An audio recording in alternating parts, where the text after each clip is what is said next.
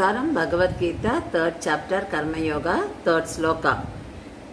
This sloka gives answer to Arjuna. Arjuna asked question to Lord Krishna, why should I wage a war when Jnana Marga is superior to Karma Marga? Now, Bhagavan answers. So the answer starts from this sloka onwards. So Bhagavan says, O sinless one, Bhagavan always addresses Arjuna with a positive note. This is the message we get from the Bhagavad Gita. So when we talk to anyone, when we address someone, let's make it a point to talk about his positive quality, about his strength. Because only then the other person will be more interested and will be happy to listen to us. This is the most important thing we have to learn from Bhagavad Gita. So he says, O sinless one, I have already explained two paths which lead to enlightenment, Jnana Marga and Karma Marga, and both are towards spiritual perfection. So Jnana Marga, the acquisition of knowledge through analytical study of soul and how soul is different from body. So this is what Sankhya Yoga. And he says one who has got the philosophical bent of mind learns this through intellectual analysis. So here how the knowledge is acquired by a person is explained by Bhagavan. The other one is Karma Yoga, that is Buddhi Yoga. So working in spirit of devotion to God. You are doing karma, but you are offering it to God. You are doing it in the spirit of devotion to God. So you are Sarvam Sri Krishnapanastu. So this purifies mind. The knowledge you are receiving, you are applying it here. So what is the knowledge? You are offering it to God. Whatever karma we do and the fruits of action also offered to God. So that is the knowledge we receive, and that knowledge is applied here when we do karma. So what happens? The knowledge awakens mind. So it leads to enlightenment. The knowledge inclined to contemplation. Then karma is inclined to action. So God taught both Karma Yoga and Jnana Yoga because not everyone can follow Jnana Marga. So it depends again on the temperaments. So he taught both for all people, and it again, whichever is suitable for me, I will choose that. Because it is not possible, it is not easy for everyone to follow Jnana Marga. Whereas Karma Marga, you are doing the action, you are in your daily routine of work, and you are living with in the material world with the materials, but you can follow the Jnana Marga, that is by following the Upadesham, by following the knowledge you receive through spiritual path and do karma. So here is taught both. And in the next sloka we find, while doing karma, how you can remain away from attachment. So that is what taught here. So Bhagavan says, abstinence from work. He says that does not result in freedom from karmic actions. That is, when you do karma, the karma has got both good and bad effects. So you cannot say, no, I am scared of getting the karmic action, so I am not doing any karma. So inactive is not recommended by God. That inactive status, that is not doing anything. I am scared if I do that karma, any karma, the karma will have palan, karma will have effects, and that will be carried over. So I don't want to do any karma. So that is, God says, that is the worst. So don't ever do without doing karma. So you keep doing karma, but you learn how to do karma. So he says, even if you are saying that I have renounced everything, but you are thinking of objects. Physically, you have renounced everything, but your mind is full of thoughts.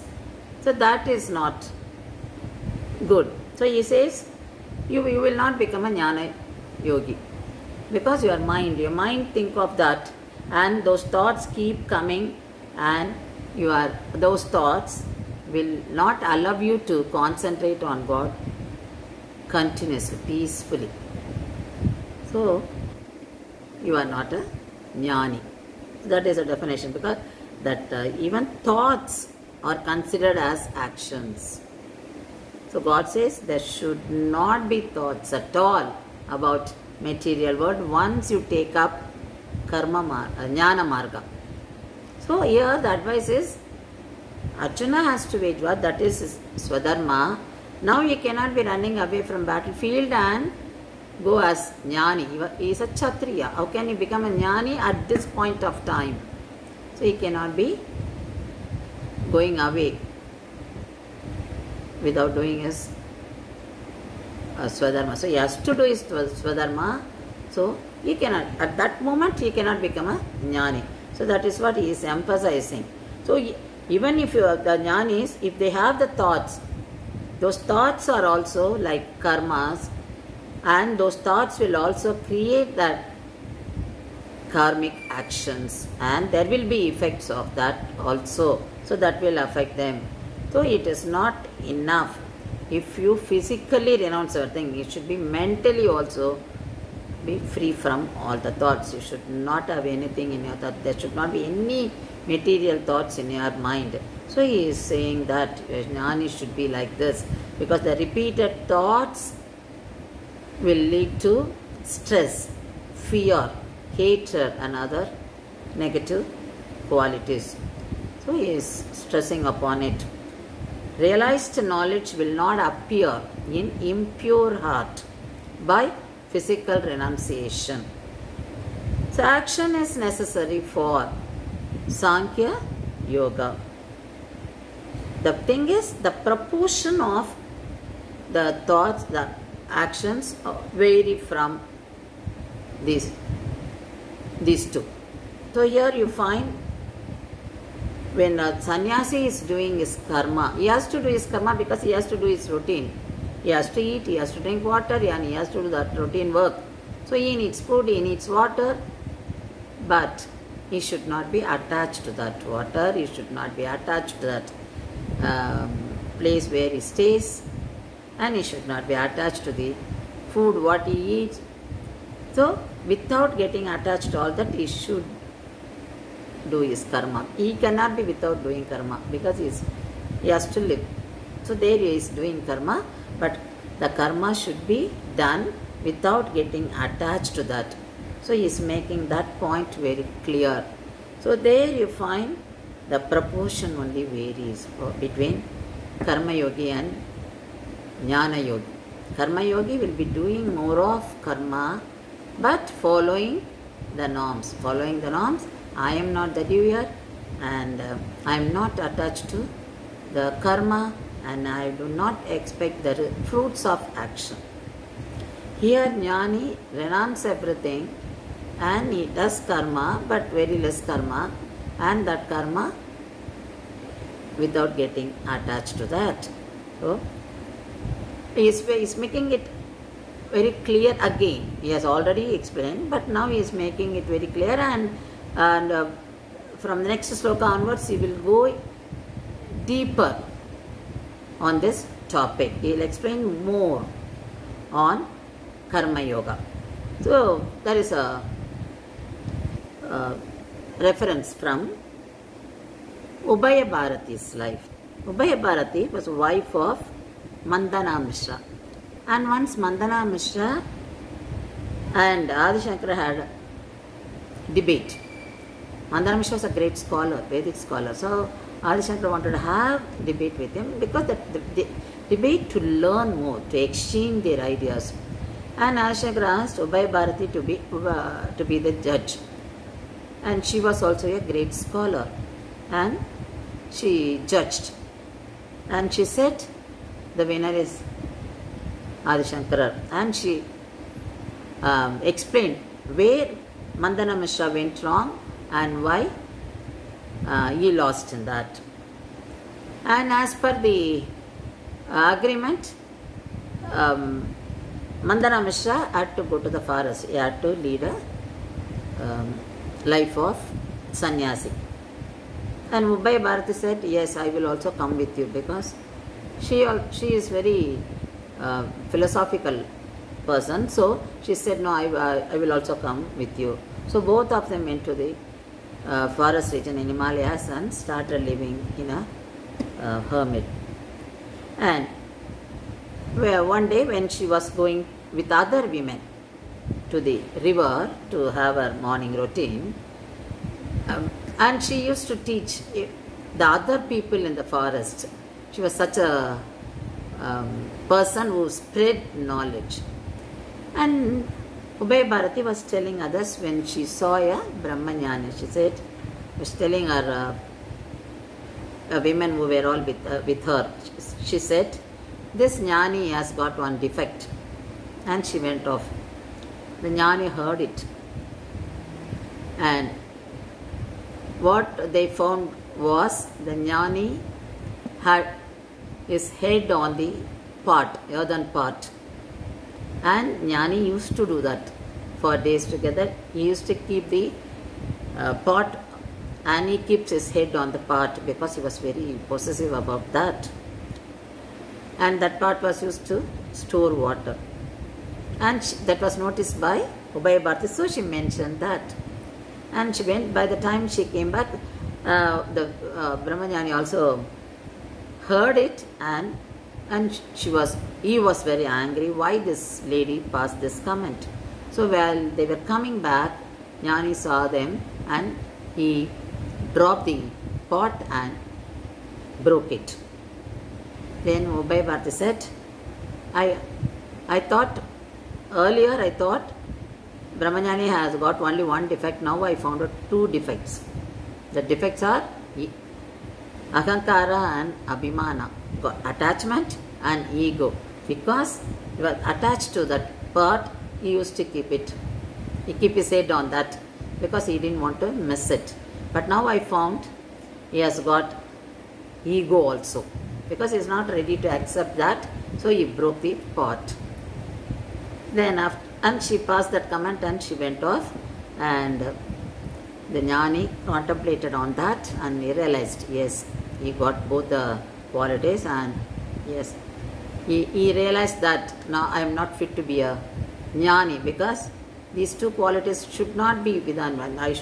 There should not be attachment to anything, and I should not have ego, anger, hate and everything.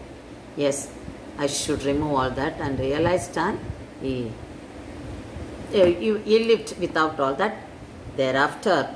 So this is how the Jnani has to live, because Jnani has to even renounce the thoughts about the material world. The next sloka, Lord Krishna continues. He says, when we do karma, body, mind and tongue are involved in that. So to stop that, we cannot remain inactive. It is not possible to be inactive. So even when you renounce, even when you become Jnani, you have to be very careful about body, mind and tongue. When your mind is pure, your buddhi, that is your intellect, gives warning. It alerts. So you have to keep mind pure so that your intellect will be pure, and intellect, because intellect is fed with spiritual knowledge, so intellect will give alarm to body, mind and tongue. So Lord says, don't be inactive. So don't sit idle in the, sit without doing anything in the battlefield. You have got your Swadharma, you have to wage war, get up, apply your knowledge. So here he emphasizes on how you have to remain active by following Jnana Marga. So everyone is forced to act by their modes of nature. We are all bound by three modes of nature: Sattvic, Rajas and Tamas. When Sattvic is more, then we do good karma. When Rajas and Tamas, we do bad actions and we do bad. That means we have more bad karmic effects. So this is how the baggage is overloaded when we do more and more of bad karmas. So here he says you have to be mindful about all this. So we should be conscious of our gunas. So how to remain in Sattvic Guna?